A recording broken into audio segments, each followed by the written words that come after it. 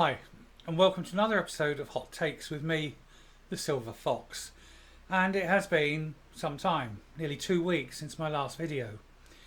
The reason has been is that I've been very ill, like seriously ill. This amounted to not only time off from my day job, but a short stint in a local hospital with then a lot of recuperation time subsequently. There were many ups and downs over this period, and I'm still not 100%. But this video, I'm going to tell the truth about my local hospital. My experience. I don't know if it's everyone else's experience, but I'm certainly going to tell my experience, and let it be an abject lesson on the pitfalls of socialised healthcare. I was taken ill initially about 3 weeks ago. I suffer from psoriasis and I get an occasional flare, but medication puts it down quite quickly, usually.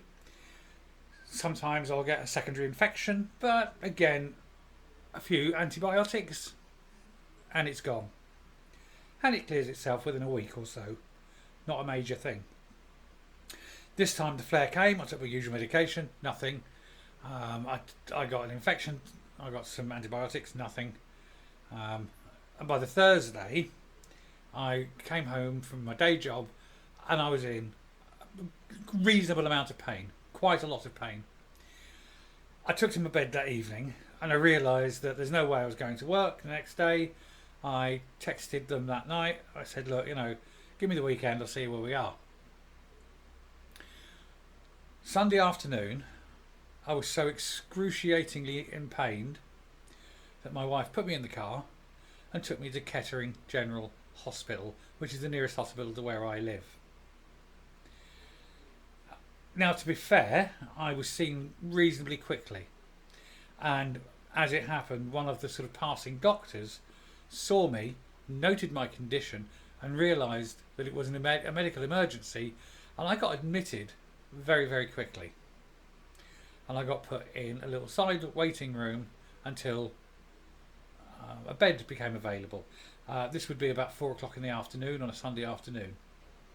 The bed became available at about 11:30 that night.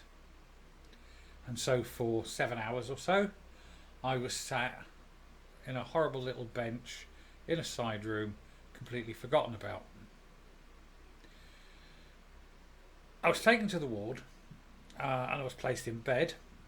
They took 4 or 5 attempts to put a cannula in me. I mean, the very first one resulted in a bruise the size of a golf ball in my elbow, which is still bruised now. They had other goes, they changed arms, they eventually got a cannula in. At that point, of course, there was blood everywhere.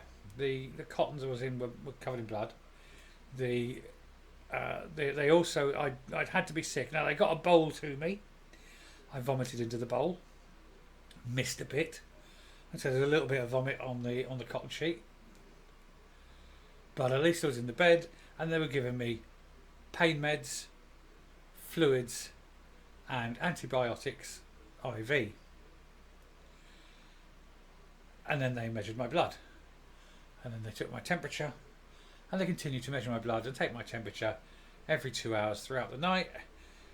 And it was awful. I didn't get a moment of natural sleep. There was noise. There were committee meetings. There were other patients, various states of distress. And by the morning, when the light came, I was worse than when I went in. I saw a doctor that morning. He wasn't a specialist in my field, but he was treating my symptoms, just not my condition with what I went in with. But he moved me to a more appropriate ward. I'd spent the night in basically an A&E ward. I got moved to what they call, not intensive care, but sort of not a standard general ward. It's like a heavy care, high incident care, something like that. So it's not intensive care, but it is high demand care ward. I thought, oh, thank God for that. And they moved me by just lifting my bed, pushing me in the bed, put me into the ward, and away you go. And I sat in that ward for 4 days. 4 days. The food I wouldn't give to my dog. They didn't change my sheets in the 4 days. And I'm talking the same blood and vomit from day one was sitting there 4 days later. It's a skin condition I have, psoriasis. And in those 4 days I wasn't bathed once. Mentally, I was going downhill fast. My wife was appalled at the mental change in me, the fact that I was physically worse, and I seemed to be going into a depression. I wrote a lot of things down. I wrote about the lack of cleanliness. I mean, they weren't cleaning the ward, but I meant the lack of cleanliness of me, personally, the lack of cleanliness of the bed I was laying in, the fact that staff were rotated through. You never knew who the next person coming in the door was. That's on the very rare occasions they come into the ward to check you, despite how many times you push the button. I was in a room with people who were wetting their beds and crapping in their beds because the staff weren't responding. There's people going, help me, and no one came. I managed somehow to get a couple of bottles. For those of you who aren't aware, these are actually like cardboard holdalls with a large opening, and I've managed to lay on my side and pee into them. I didn't actually ever wet my bed. But for 4 days I lay like that. At one point the bottles of urine were mounting up and had been sitting there for 14 hours. 14-hour old piss sitting on the table that I was being fed from. My wife came up on the Wednesday. She saw the state of the room. She saw the state of me. And she said, why is he not being given his medication? Now, I have psoriasis medication. Upon arrival at the hospital, they took it from me and they locked it up. This is medication signed off by a consultant dermatologist, of which there were none in that hospital. But they saw fit to remove that medication and lock it up, so I couldn't even get to my medication. My wife blew up at them, did full Karen, and God bless her for it. She signed me out and she took me home against medical advice, as they said, but what she was doing is saying it's the humane thing to do. You wouldn't put a dog in that situation.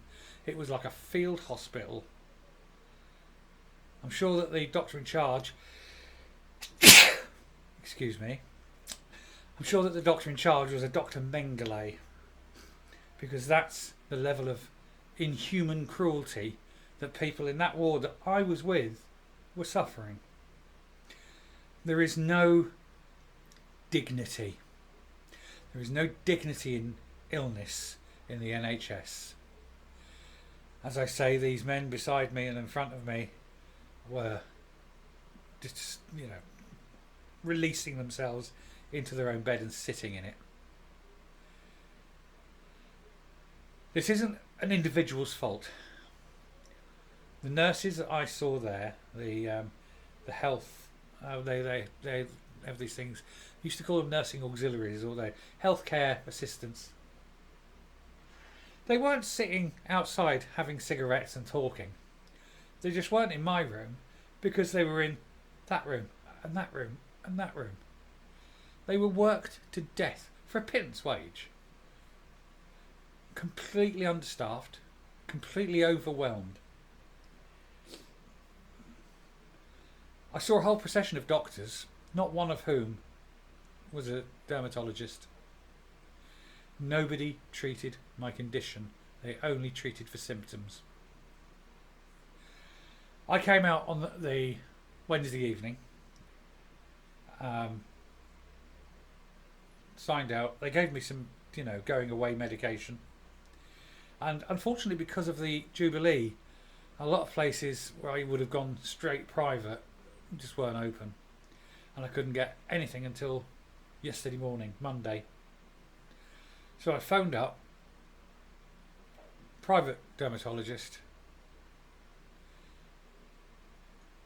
and by 10 o'clock that morning, yesterday morning, I was speaking to a doctor. Now, in between leaving hospital and speaking to the doctor yesterday, one of the side effects of psoriasis is a form of arthritis. It's arthritic pain, it's swelling of the joints, it's incredibly painful. I'm going to tell you that if it was the fact I couldn't use my shotgun, the only thing that stopped me using my shotgun, that's how bad the pain was. I wanted it to end. Excruciating pain. In part caused by my treatment at Kettering General Hospital and their removal of my medication. Within 24 hours of my consultancy yesterday and the new medication I was given, I can move my arms. Yesterday they were by my side. They were like, I can't show you on the camera. Let me show you on the camera. I'll come back. My arms were clamped like that. I couldn't lift them that far or that far. I couldn't move them that far without excruciating agony. I was laying in a bed, and to turn from this side on the bed to this side on the bed would take me 20 minutes, moving snail pace and in agony the whole time. I'm not ashamed to say that I got depressed. I was so low with the pain caused by my treatment, or lack of treatment in hospital, at an NHS hospital. And yet, within 24 hours, going private, getting the correct medication for my condition, still sore, but look, movement. I can open doors, I can open bottles. I just couldn't do that. I can even stand up and go to the toilet myself. I couldn't do that. There's no dignity in the NHS. And the one thing I'm glad of was that I was in a room, as a man, I was in a room with all men. Indeed, the guy to my left, he was dying. He was having his care package sort of arranged to go home and die. We were going to use Macmillan nurses. He was an old soldier, so me and him sort of compared notes. There was a guy in the top corner who at first seemed okay, and then after a while I realised he was early onset, and he'd have a conversation with you, and within 10-15 minutes he'd forgotten that he'd had the conversation. It was very sad. The guy opposite me was an elderly man. He'd slipped and fallen. He was badly bruised. He seemed complimentous and all, but he was very quiet, I think, psychologically damaged with the fall. But his daughter kept coming up and seeing him, and they took him home. If I was a woman on a ward like that, I think it would be far worse. And it's hard to say.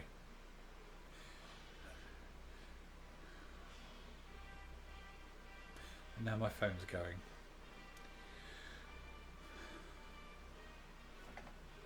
I should go and answer it, but I want to finish this video.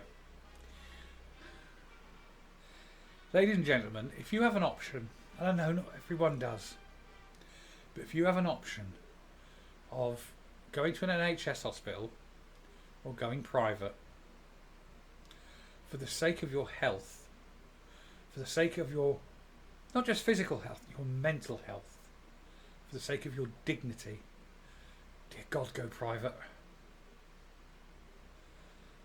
I shall avoid the NHS wherever possible for the rest of my life. That experience has scarred me. I've subsequently learned that Kettering has such an appallingly bad reputation. It seems to be a dumping ground.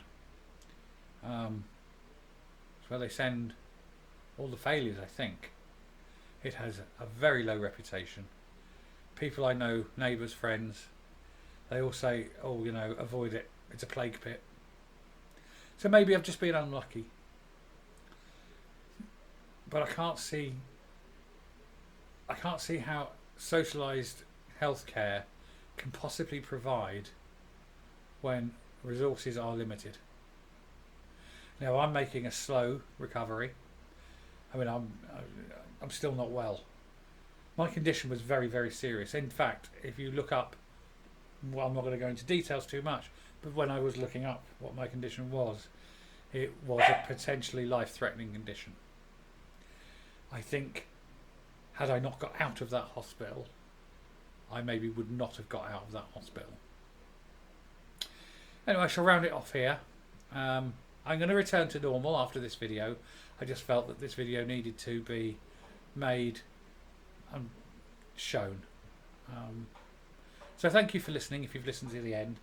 I don't expect this to be a very popular video, but it's one that for me is a catharsis, and it's one I needed to get out of my system. So thank you, and until next time, stay safe, stay well, look after yourselves, people, please do. Your health is your wealth. Your health is priceless beyond rubies. Till next time, goodbye.